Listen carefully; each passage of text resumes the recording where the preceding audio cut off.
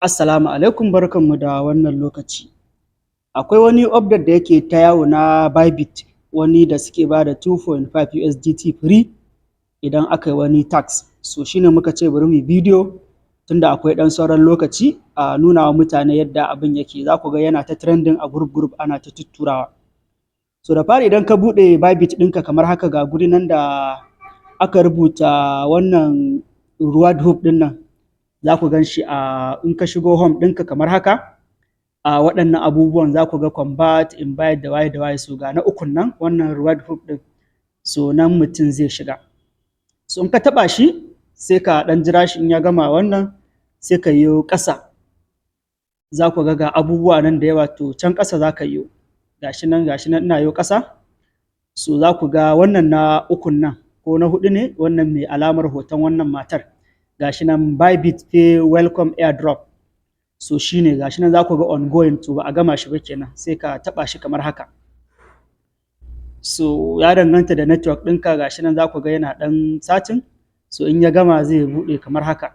So za ku ga gashi nan May 26, 2025 aka fara, sannan za a gama 27 June 2025. So kun ga gashi nan saura kwana 13 kenan a gama da awa 23. So ga guri nan da aka rubuta register now, sai ka yi register ɗinsa. So event ɗin sai ka yi register tukunna. Gashi nan kun ga na taɓa wajen register now, gashi nan successful. So na riga na yi register kenan na shi wannan tax ɗin. So gashi nan kun ga na yi register. So a ƙasa in ka yi ƙasa, ga guri nan da aka rubuta 1 send and receive, wato abin da ake buƙata mutum ya yi kenan. Za ku ga gani gashi nan instantly send crypto using email, phone number, Bybit UID or receive via QR. Ko ka tura da email, ka tura wa mutum ta email ɗinsa, ko ka tura masa ta phone number, ko ka tura masa ta UID ɗinsa, ko kuma ka yi receiving ta QR ɗinka, ka yi receiving wato crypto. So shine abin da ake buƙata. Gashi nan wannan shine wato reward ɗin da ake bayarwa, 2.5 USDT. Amma ya zama transaction ɗinka da kai ko turawan ko karɓar ya kai $5 zuwa sama. Kun gani abin da suka rubuta volume of $5. Volume of $5 or equivalent, ya zama $5 ko sama. So sai kuma gashi nan in ka taɓa nan start now, gashi nan sai ka shiga ka je ka fara. So wannan dai duk wani abubuwa ne kenan akai. So in ka zo nan gurin sai ka taɓa inda aka rubuta try it now ɗin nan. So da ka taɓa try it now zai ce maka ka yi activating ɗin wato active Bybit pay. So akwai wani abu ko in ce wani icons Bybit pay, to ta cikinsa ake yi. So in ka zo nan sai ka yi activating ɗinsa. So za su nuna maka ka yi activating, sai ka yi activating. Da ka taɓa wajen activate ɗin nan shikenan, kun ga na yi activating. So yanzu sun nuna min ina da 9.12 USDT a cikin balance ina wacce zan iya amfani da ita. Kun gani ina da 9.12 USDT, to kun ga ta ishe ni na zo ne wannan tax ɗin.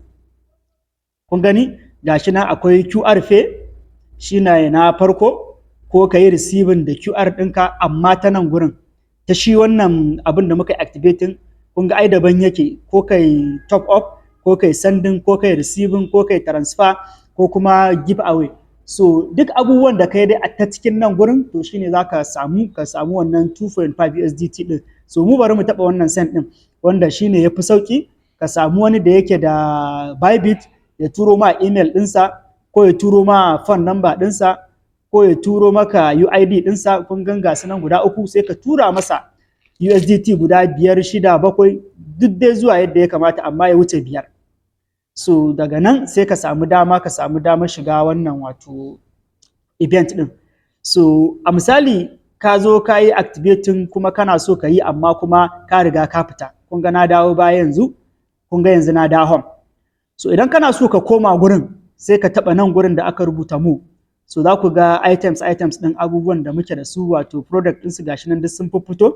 So in ka duba a hankali za ka samu shi wannan abin da muka yi activating, wato Bybit pay ɗin nan. In muka duba a hankali za mu same shi.